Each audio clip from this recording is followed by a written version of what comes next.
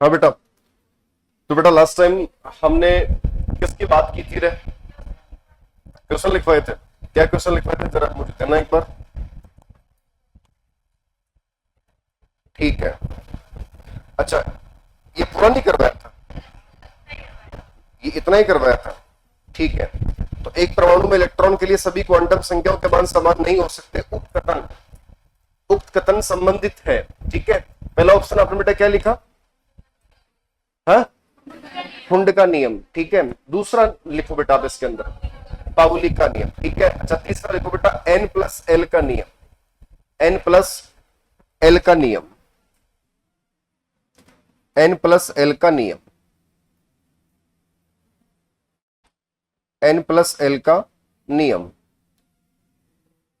ठीक है, तो बेटा बताओ कौन सा ऑप्शन ठीक है इसमें? ये बात किसने बोली भाई? अच्छा चौथा लिखो बेटा नन ऑफ दीज, चौथा लिखो नन ऑफ दीज। अब बेटा बताओ ये बात बोलो किसने बोली थी? ये पाउली का अपवर्जन नियम था क्या भाई?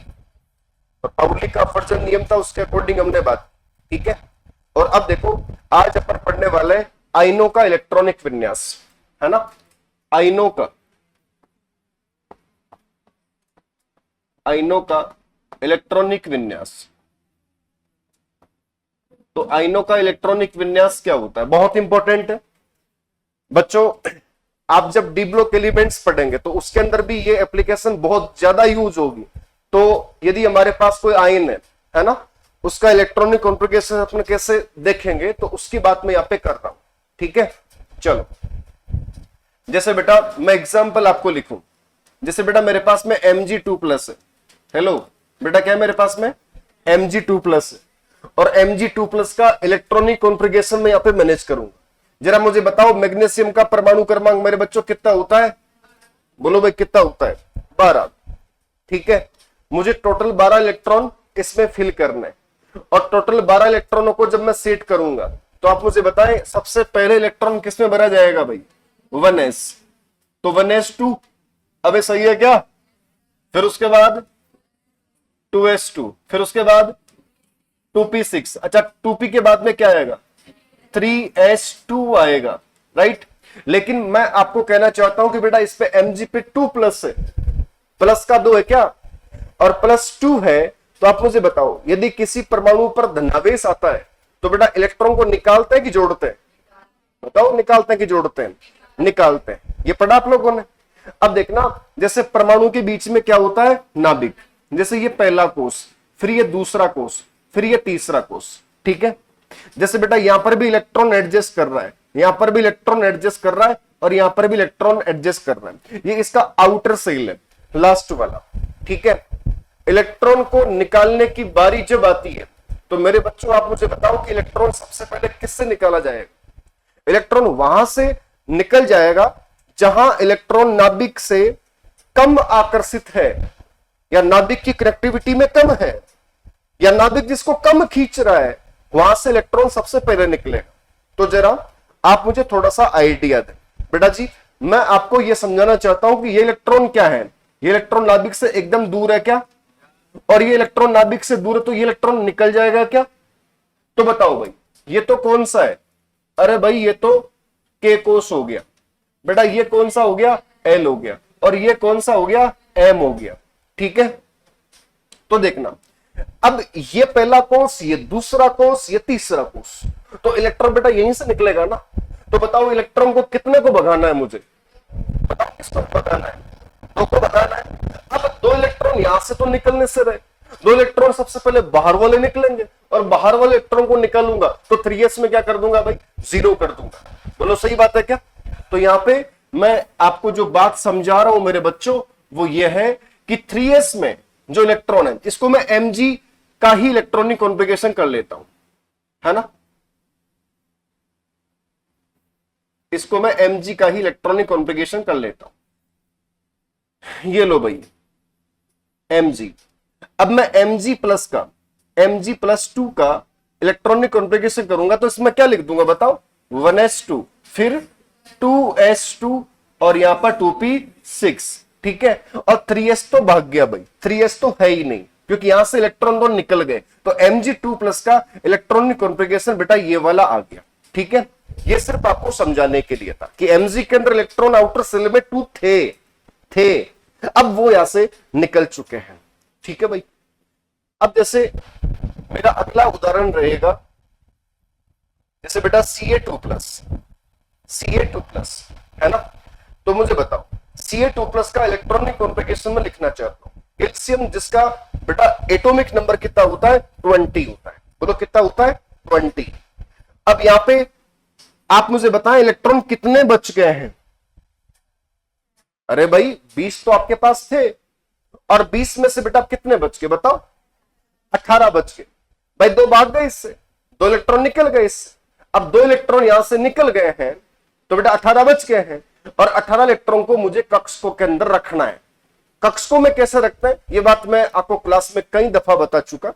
आपको 1s 2s 2p वाला क्रम में दे चुका, जो कि ऊर्जा का बढ़ता हुआ क्रम है, और इलेक्ट्रॉन को उस हिसाब से भरा जाता है। तो बताइए सबसे पहले इलेक्ट्रॉन बेटा किस में भरा जाएगा, 1s में। अब बेटा बताओ कितना इलेक्ट्रॉन भरा जाएगा, 2, 1s2। अच्छा उसके बाद बोलो क्या बोलू, 2s2। फिर उसके बाद 2p6। जरा गौर करना बेटा कितने भर चुके अभी तक, 10 भर चुके। अच्छा 2p के जस्ट बाद में इलेक्ट्रॉन किस में भरते हैं, 3s में। बताओ भाई 3s में कितने इलेक्ट्रॉन भरे जा सकते हैं, 2। बेटा अभी तक कितने भर चुके, 12 भर चुके। भरने कितने थे, 18। बच गए कितने, 6। और मैं 3p में कितना भर दूंगा, 3p में 6 भर दूंगा। Right, okay.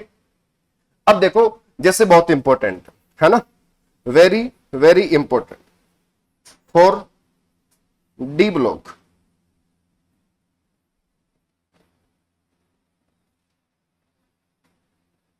Elements, D block elements का जो आपका चैप्टर आएगा सीयूटी वाला, ठीक है, उसके अंदर बेटा वेरी इंपॉर्टेंट है, इसके बगैर काम नहीं चलेगा। उसको वापस वहां पर भी पढ़ेंगे, लेकिन यहां पढ़ना बहुत जरूरी है ना। देखिए जैसे मेरे पास बेटा Sc+ है, बोलो क्या है मेरे पास, Sc+ या Sc2+ मेरे पास में, Sc2+। और Sc2+ का मुझे इलेक्ट्रॉनिक कॉन्फ़िगरेशन मैनेज करना है। राइट, तो देखो पहले Sc का ही मैं एक बार लिख देता हूं। स्कैंडियम जिसका परमाणु क्रमांक मेरे बच्चों कितना होता है, 21 होता है, 21 होता है। ये लो 21। अब इसका इलेक्ट्रॉनिक कॉन्फ़िगरेशन ऑर्गन 18 और एक बिट 3d और 4s। Right, 3d and 4s। तो ऑर्गन 18 के जस्ट बाद में जो 2 इलेक्ट्रॉन भरे जाते हैं वो किस में भरे जाते हैं, 4s है ना, और फिर एक 3d। तो 4s में कितने, 2 और 3d में फर्स्ट। राइट, अब देखिए स्कैंडियम का तो ये हो गया, चलो ठीक है, लेकिन मैं आपसे पूछ रहा हूं बेटा जी Sc2+ और इसका 21, ये परमाणु क्रमांक हो गया। अब जरा आप मुझे बताएं यहां पर मुझे टोटल इलेक्ट्रॉन कितने सबमिट करने, यहां पे टोटल इलेक्ट्रॉन बेटा जी कितने बच गए, 19 बच गए। कितने बच गए भाई, 19। अब मैं एक छोटी सी जानकारी आपको बेटा जी देना चाहता हूं, ठीक है।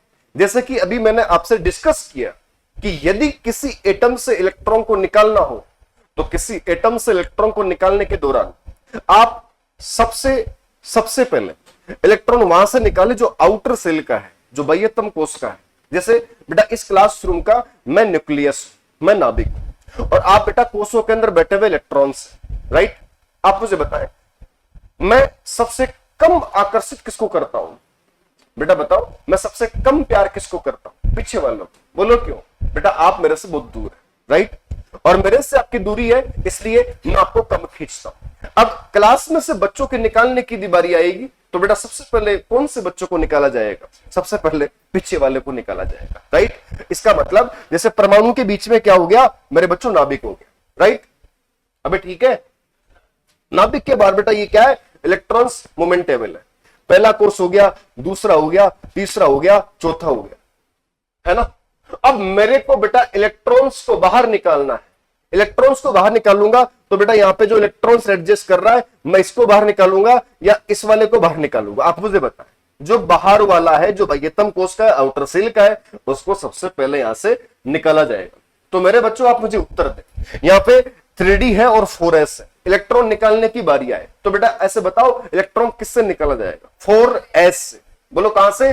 4s से। और 4s से जब मैं इलेक्ट्रॉन्स को बेटा जी यहां से मूव करूंगा तो बेटा मुझे बताओ ऑर्गन 18, ऑर्गन 18 और 3d फर्स्ट ही बच जाएगा क्या? अरे भाई ऑर्गन 18 के बाद 3d फर्स्ट ही बच जाएगा क्या? क्योंकि बेटा यहां पर 4s के जो नंबर ऑफ 2 इलेक्ट्रॉन्स हैं वो तो बाहर निकल गए, तो 3d में क्या बच गया? 1 बच गया। बोलो ठीक बात है क्या? आयनों का इलेक्ट्रॉनिक विन्यास चल रहा है और आयनों के इलेक्ट्रॉनिक विन्यास में बेटा बताने एक ही बात बताना चाहूं, यदि माइनस आ जाए तो इलेक्ट्रॉन जोड़ना, प्लस आ जाए इलेक्ट्रॉन भगाना। अब बड़े मैं प्लस की बात तो कर रही हूं ना, अब बड़े प्लस में इलेक्ट्रॉन निकाल रही हूं तो दे बताओ जी मैं अड़ेसू आ दुनिया में से इलेक्ट्रॉन निकालूंगा तो जो दूर पड़े से बिंदु निकालूंगा ना, तो दूर तो मेरा तो बेटा 4s पड़ रही हो जड़े, तो 4s ने जादू मंत्र छू मंत्र निकाल दिया तो बड़े जो बच का फिर लिख दियो मैं, बताओ वही तो इलेक्ट्रॉनिक विन्यास होगा ना।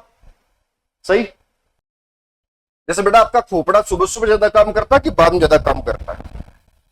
सुबह सुबह काम करता है और फिर उसके बाद जैसे दोपहर आते आते मतलब नील बटा सन्नाटा हो जाता है। उतार लिया होगा बेटा आप लोगों ने। प्रैक्टिस की जरूरत है, सीखने की जरूरत है, बहुत सिंपल चीजें होती हैं, बस एक बार हैबिट के अंदर ये सब चीजें आ जाएंगी, ठीक है, तो आपको याद हो जाएंगी, है ना, फिर आपको दिक्कत नहीं आए। दिक्कत शुरू में आता है जब किसी टॉपिक को आप फ्रेशर होके पढ़ते हैं तो शुरू में आपको थोड़ा दिक्कत आ सकता है, लेकिन उसकी जब प्रैक्टिस होती है तो वो टॉपिक आपका हो जाता है फिर।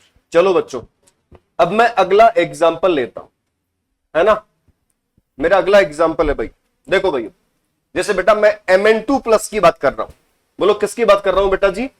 Mn2 प्लस की बात कर रहा हूं। अच्छा बता दो इसका परमाणु क्रमांक कितना होता है? कितना होता है?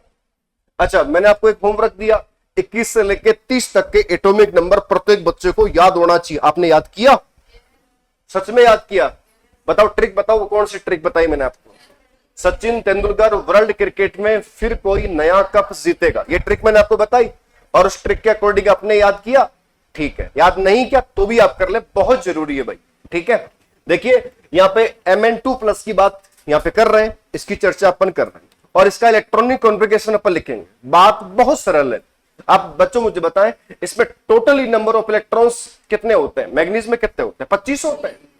अब बताओ सर ने क्या लिखा, ऊपर प्लस के 2 लिखा क्या? कितने इलेक्ट्रॉन को उड़ाऊंगा मैं? यहां से 2 को उड़ा दूंगा। पहले इसका सुख शांति से बेटा एक बार इलेक्ट्रॉनिक कॉन्फ़िगरेशन लिख लेते हैं और कहां से किसको भगाना है ये बाद में सीखते हैं अपन। तो देखो बताओ ऑर्गन 18 के बाद में क्या लिखूं भाई? 3d, अरे 5 हो जाएगा ना यहां पे, और 4s2। अब देखो टोटल नंबर ऑफ इलेक्ट्रॉन कितने हैं भाई, जरा बताओ। देखिए टोटल नंबर ऑफ इलेक्ट्रॉन कितने हैं? 25। बोलो कितने? 18 कैसे भर दिए जैसे ऑर्गन के अंदर भरे जाते हैं, और फिर 5 और 2 7 तो मैंने एडजस्ट कर दिया। 2 किस में भर दिए? 4s में। 5 किस में भर दिए बताओ? 3d के अंदर, राइट। अब मुझे इलेक्ट्रॉन्स को भगाना है बेटा, कितने को भगाऊं?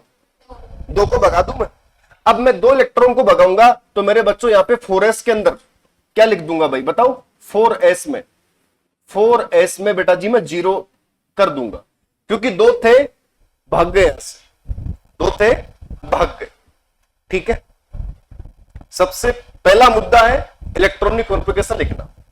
दूसरा मुद्दा है आयनों का इलेक्ट्रॉनिक विन्यास लिखना, और आयनों के इलेक्ट्रॉनिक विन्यास में मेटल्स है। और याद रखें आप लोग, मेटल्स बेटा इलेक्ट्रॉन लेती नहीं है, इलेक्ट्रॉन देती है ना।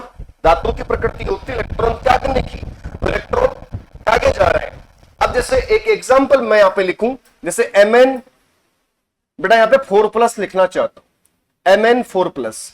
जरा मुझे बताएं Mn4+ पे बेटा टोटल नंबर ऑफ इलेक्ट्रॉन यहां से कितने मूव करूंगा? 4 मूव करूंगा क्या मैं? ठीक है।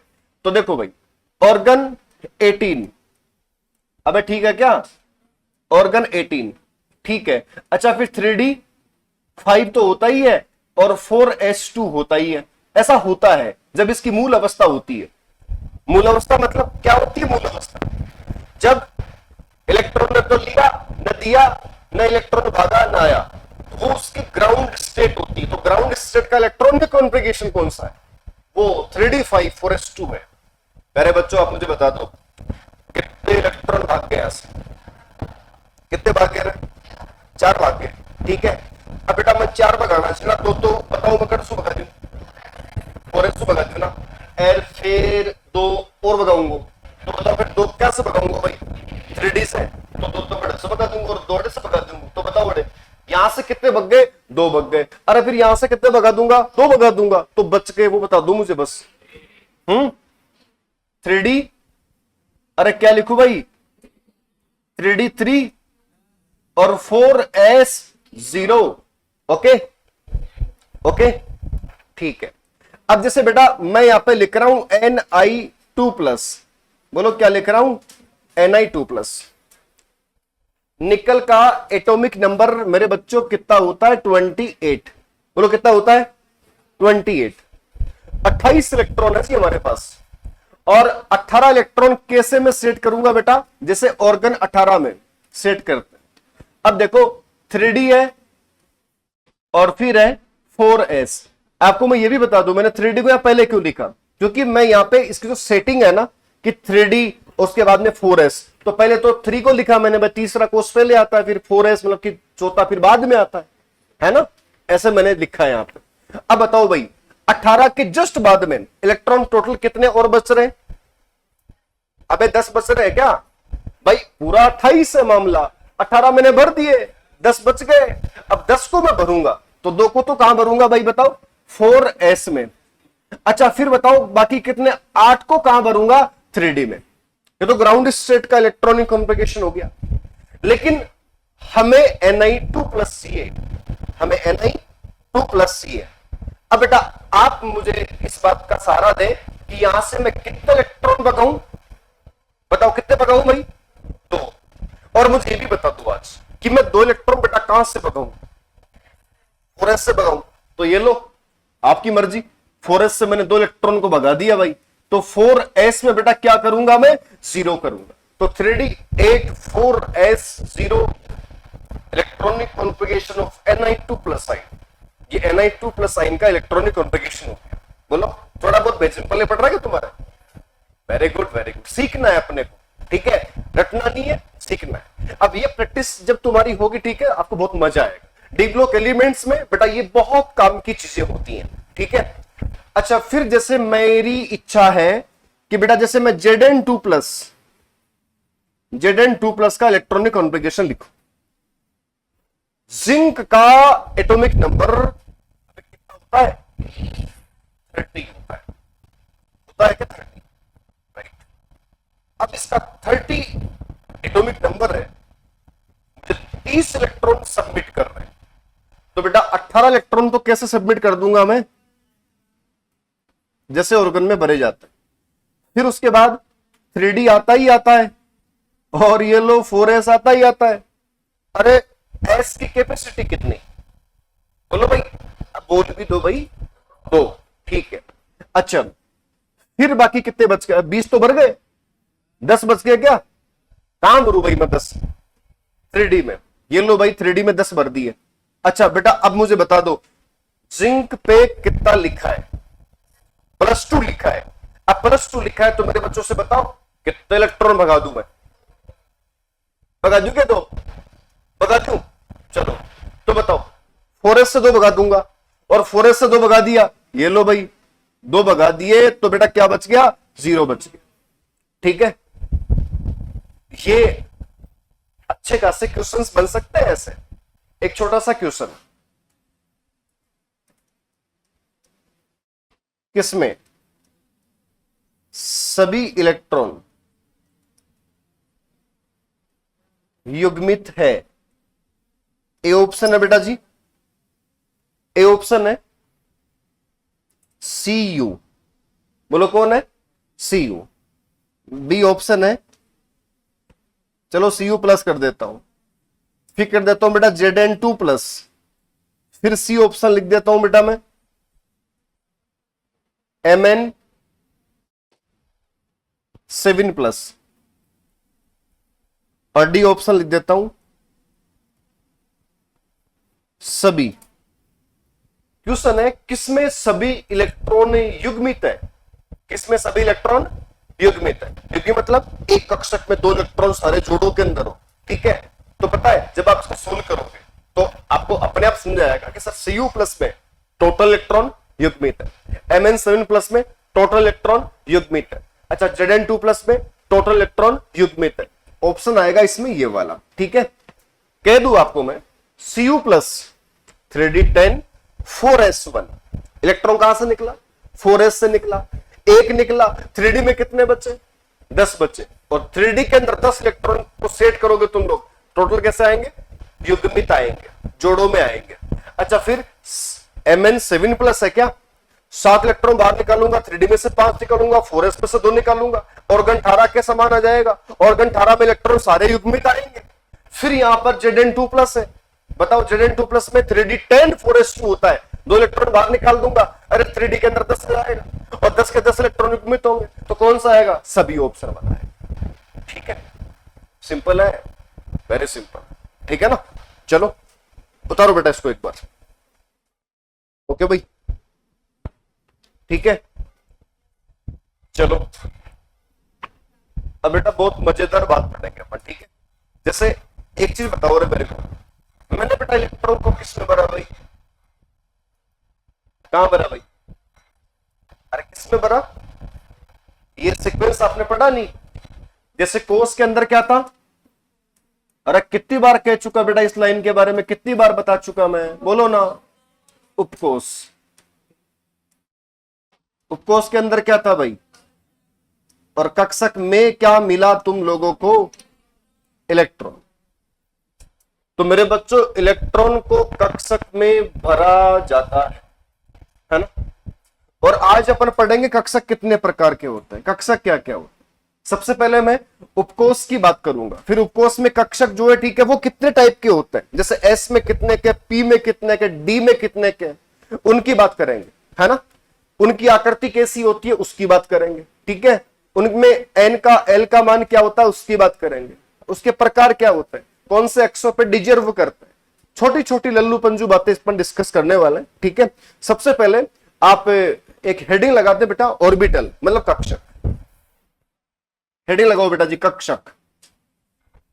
अब सुन भी लो तुम लोग, जैसे आपने बेटा रदरफोर्ड के एटॉमिक मॉडल में आपने से पढ़ा, रदरफोर्ड का जो बेटा एटॉमिक मॉडल है उसमें आपने ये बात साझा की, आपने पढ़ी कि बेटा परमाणु के बीच में क्या होता है, न्यूक्लियस होता है। मेरे बच्चों बताओ क्या होता है, न्यूक्लियस, और न्यूक्लियस के चारों तरफ ही इलेक्ट्रॉन्स होते हैं, राइट।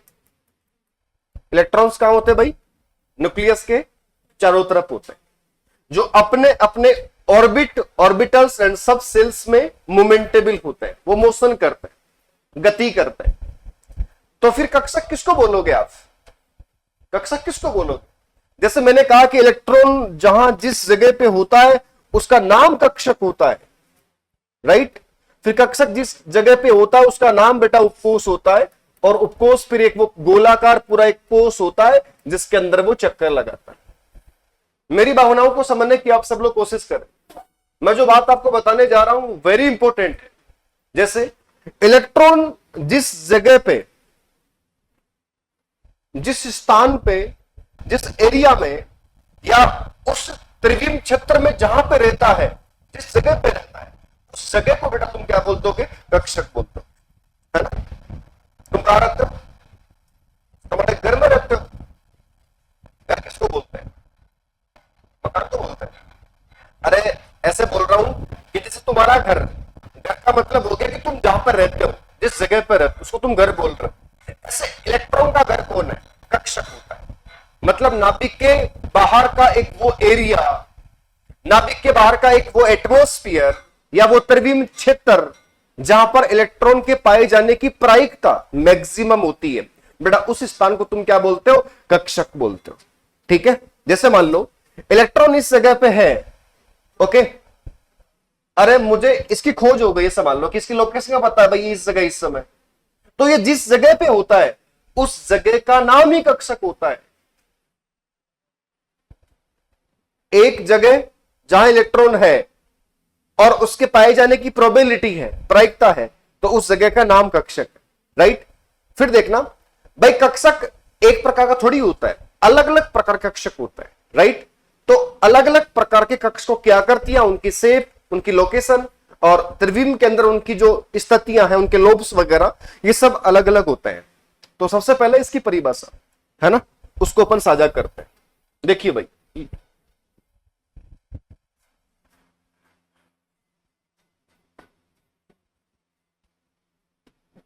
अरे भाई, नाभिक के बाहर, नाभिक के बाहर का वह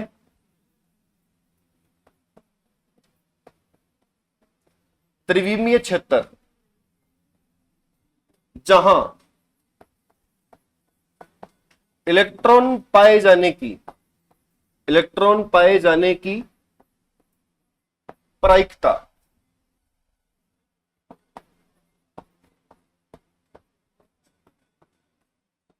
सबसे ज्यादा होती है, सबसे ज्यादा होती है, उसे कक्षक कहा जाता है, उसे कक्षक कहा जाता है। ओके, कक्षक मतलब पॉसिबिलिटी, प्रोबेबिलिटी। किसकी प्रोबेबिलिटी?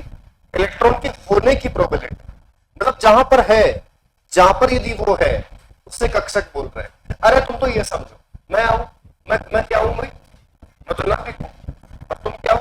इलेक्ट्रॉन्स, जो कि क्या हो? मोमेंटेबल हो। अब आपका एक वो त्रिविम क्षेत्र, पहली बात, हम 3D में, हम 2D में नहीं, हम 1D में नहीं, मतलब आप तीनों अक्षों का इस्तेमाल कर रहे हो जीवन जीने के लिए, एक्स एक्स का, वाई एक्स का और जेड एक्स का, तीनों का इस्तेमाल कर रहे हैं। तो आपका एक वो त्रिविम लोकेशन जहां पर तुम हो, मतलब तुम इलेक्ट्रॉन्स हो, तो तुम कहां पर हो, उस जगह को मैं क्या बोल दूंगा?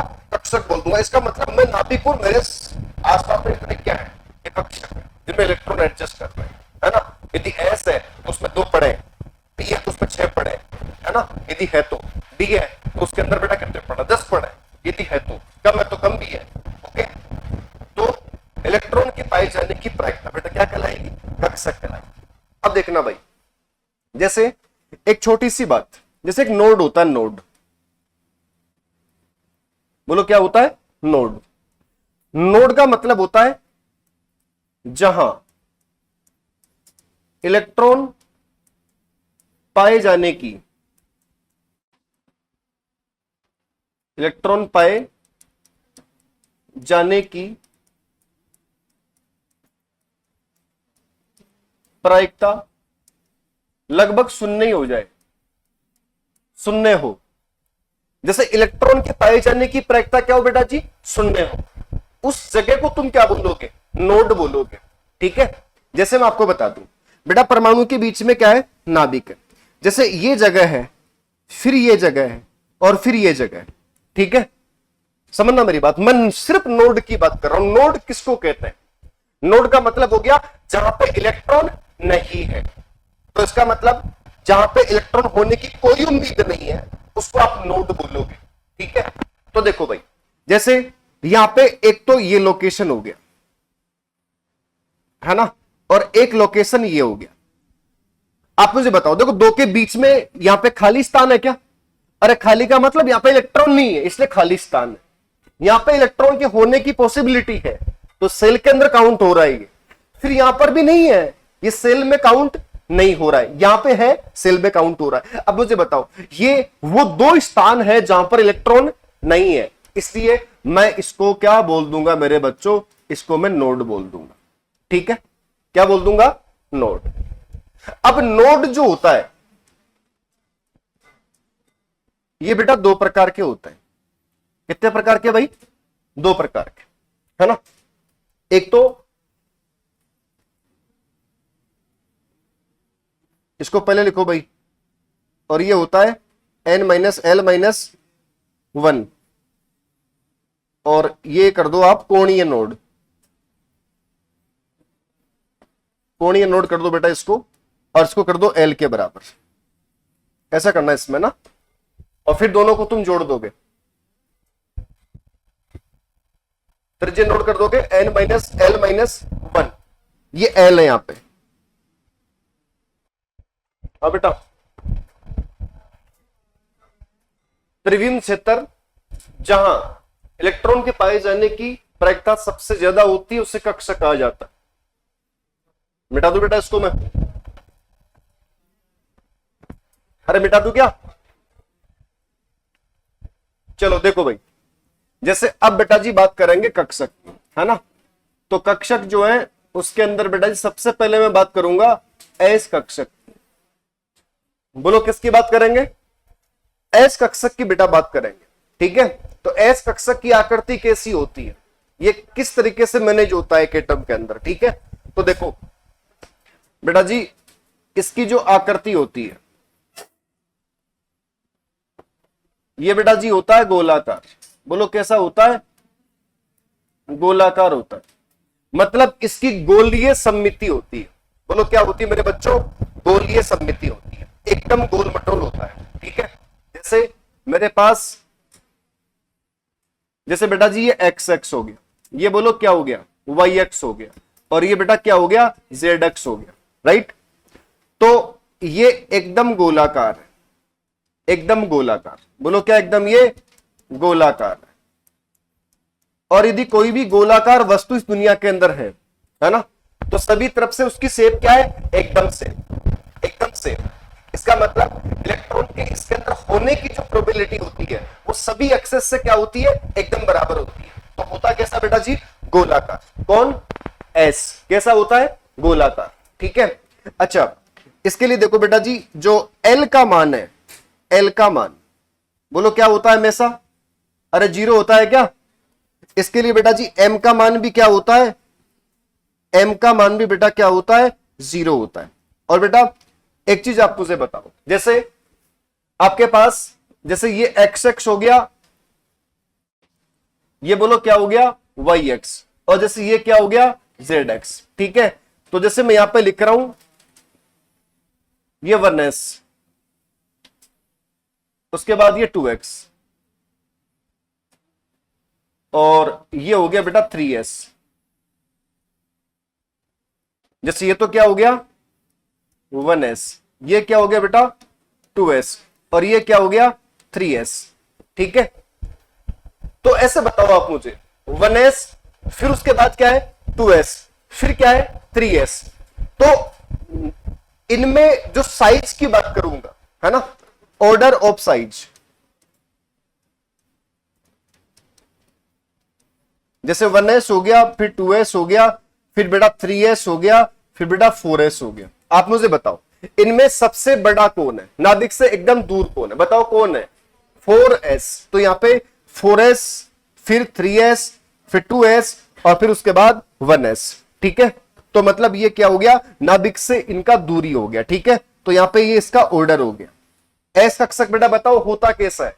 बोलो भाई, गोलाकार, है ना, मतलब इसकी गोलीय सममिति होती है, ओके। नाभिक मतलब जो एस कक्षक होता है उसके अंदर चारों तरफ से जो इलेक्ट्रॉन के होने की जो प्रोबेबिलिटी होती है वो चारों तरफ से बेटा सेम होती है, गोलाकार होता है।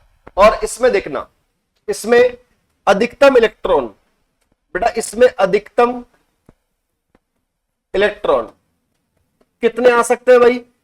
बताओ भाई। अरे 2 आ सकते हैं क्या बेटा? कितने आ सकते हैं? 2, ठीक है। तो मेरे बच्चों आप सभी से मेरा ये कहना है कि एस कक्षक, और एस कक्षक जो होता है गोलाकार होता है। एल का मान जो होता है द्विवंशी क्वांटम संख्या बेटा कितना होता है? 0 होता है। अच्छा बेटा एम का मान भी क्या होता है? 0 होता है, ठीक है। और इसमें मैंने 1s 2s 3s एक्सेट्रा जो मैंने लिखा, ठीक है। तो इनमें बेटा ऑर्डर ऑफ साइज, तो इसमें यहाँ पे बड़ा कौन है? 4s है, छोटा कौन है? 1s है। ये बेटा जी एक्चुअली स्टडी है कि 1s नाभिक से जस्ट पास, अच्छा 4s नाभिक से जस्ट दूर है, ठीक है। चलो उतारिए बेटा इसको। और बेटा जी यहां पे आप यदि एनर्जी के बारे में बात करेंगे तो भी एनर्जी का क्रम इसके लिए ये वाला हो गया, क्योंकि आपको पता है नाभिक से दूर चलने पर एनर्जी बढ़ती है। मिटा दूं बेटा इसको मैं? अब बेटा देखना एक छोटा सा क्वेश्चन, जैसे मैं लिखूं यहां पे 5s में, 5s में कुल नोडों की संख्या क्या होगी? संख्या क्या होगी? ये बड़ा सिंपल सवाल। ए ऑप्शन है बेटा जी 5, बी ऑप्शन है 4, सी ऑप्शन है 3 और डी ऑप्शन है नन ऑफ दीज। आपको कुल नोडों की संख्या ज्ञात करनी है। बेटा बताओ, आपके यहां पे कुल नोड क्या था भाई? n-1 था क्या? अरे भाई n-1 था क्या रे? और n क्या है? मुख्य क्वांटम संख्या। और आपको बेटा 5s में मुख्य क्वांटम संख्या क्या दिखाई पड़ रही है? कितनी? 5 दिखाई पड़ रही है। तो बोलो क्या करूंगा? 5 में से 1 को घटा दूंगा, और 1 को घटा दूंगा तो बेटा क्या आएगा? 4 ऑप्शन वाला, ये वाला। ठीक है, अच्छा देखना इसमें, एक बार समझा दो, उसको जूम कर दूं मैं एक बार। जैसे परमाणु के बीच में क्या बेटा जी? नाभिक। ठीक है, अब देखना, ये तो बेटा 1 2 3 4 5। ठीक है, ये तो क्या हो गया? 1s हो गया बेटा। ये क्या हो गया? 2s। फिर ये क्या हो गया? 3s। फिर ये क्या हो गया? 4s। और ये क्या हो गया? 5s। ठीक है, ये नाभिक की अपेक्षा के अंदर ये दूर है, 5s दूर है। मैंने किसकी बात की है? नोड की बात की है। बोलो किसकी बात की है? नोड की। ठीक है, तो बेटा आप मुझे से बताओ कि इसके अंदर नोड, अरे नोड किसको बोल रहा था? कि वहां वो एरिया जहां पर इलेक्ट्रॉन के होने की कोई मुझे उम्मीद नहीं है, उसको मैं नोड ही तो बोलता हूं। तो बताओ, एक स्थान तो ये हो गया जहां पर इलेक्ट्रॉन के होने की प्रोबेबिलिटी नहीं है, तो यहां पर एक तो ये वाली चीज हो गई, एक यहां पे हो गया, एक यहां पे हो गया और एक यहां पे हो गया। कितनी जगह हो गई ऐसी? अबे कितनी जगह हो गई? 4 हो गई क्या भाई? 1 2 3 4 5 लाइन है, तो एक कम क्या होगा? यहां पर जगह होगा। तो यहां पे कितना हो गया? 1 2 3 और 4। तो 4 जगह ऐसी है जहां इलेक्ट्रॉन के होने की प्रोबेबिलिटी बेटा 0 है, इसलिए इसको मैंने क्या बोला? नोड बोला। ठीक है, अब एक मौखिक सवाल आपसे मैं यूं कर लूं कि 6s में नोडों की संख्या क्या हो जाएगी? 5। मैं बोलूं 7s में, बोलो क्या होगी कि नहीं होगी? किसी को दिक्कत है? चलो बताओ बेटा इसको एक बार से कैसे। चलो अब जैसे एस, एक क्वेश्चन है बेटा जी, एस कक्षक, चलो मैं आगे लिख देता हूं। एस कक्षक, एस कक्षक के लिए कोणीय नोड, कोणीय नोड है। ए ऑप्शन है 1, बी ऑप्शन है बेटा 2, सी ऑप्शन है बेटा 3 और डी ऑप्शन है बेटा 0। आप मुझे बताओ क्या है? क्या आएगा भाई? अरे कोणीय नोड किसके बराबर थे मेरे बच्चों? कोणीय नोड किसके बराबर थे? एल के बराबर। किसके बराबर थे? एल के बराबर। और एल बेटा यहां पे कितना? एस के लिए एल का मान कितना होता है? अरे कोणीय नोड ये था क्या? कोणीय नोड बराबर एल, और एल बेटा एस के लिए क्या होता है? 0 होता है। तो कोई नोड नहीं है। क्यों नहीं है बता दूं आपको। देखो ये क्या है?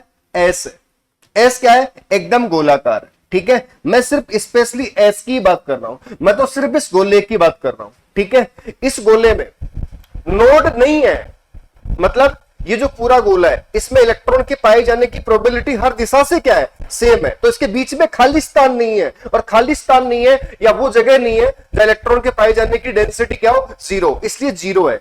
अब जैसे आगे चल के बेटा पी पढ़ेंगे, तो पी के अंदर क्या हो गया? पी के अंदर ये वाली जगह हो गई ना जहां पे इलेक्ट्रॉन नहीं है, वो डमलाकार होता है, इधर से ये लोब हो गया, इधर से लोब हो गया। अब यहां इस जगह पर नहीं है ना भाई, इसलिए यहां पर 1 हो जाएगा। उसके लिए आगे चलूंगा तो बात करूंगा भाई।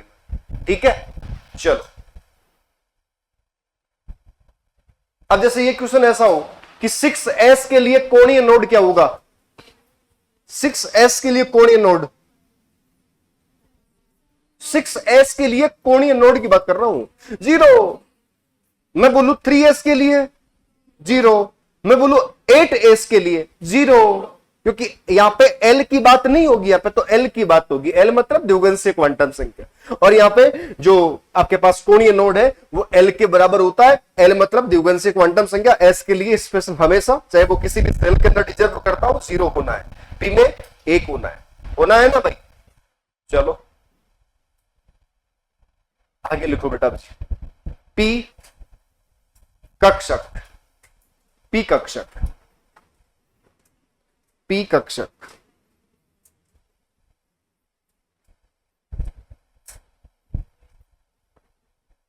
पी कक्षक। हाँ भाई, इसको बेटा मैं पी कक्षक या मैं उपकोष बोलूं तो भी कोई दिक्कत नहीं है। पी उपकोष या कक्षक की बेटा बात यहां पे कर रहा हूं, ठीक है। तो पी की आकृति कैसी होती है, सबसे पहले तो अपन ये पढ़ेंगे, है ना। तो देखो सबसे पहले इसकी आकृति की बात करते हैं।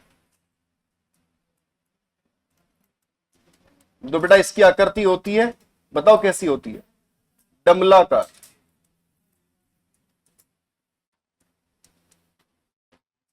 बोलो कैसी आकृति होती है इसकी, डमलाकार, एकदम डमरू की तरह। देखा तुम लोगों ने डमरू, अरे भाई भगवान शंकर का डमरू, ठीक है। तो ये बेटा यहां पे इसकी डमलाकार शेप हो गया, ओके। चलो वैसे समय हो चुका है, इसकी बात अपन कब करेंगे बेटा जी, कल करेंगे, ठीक है।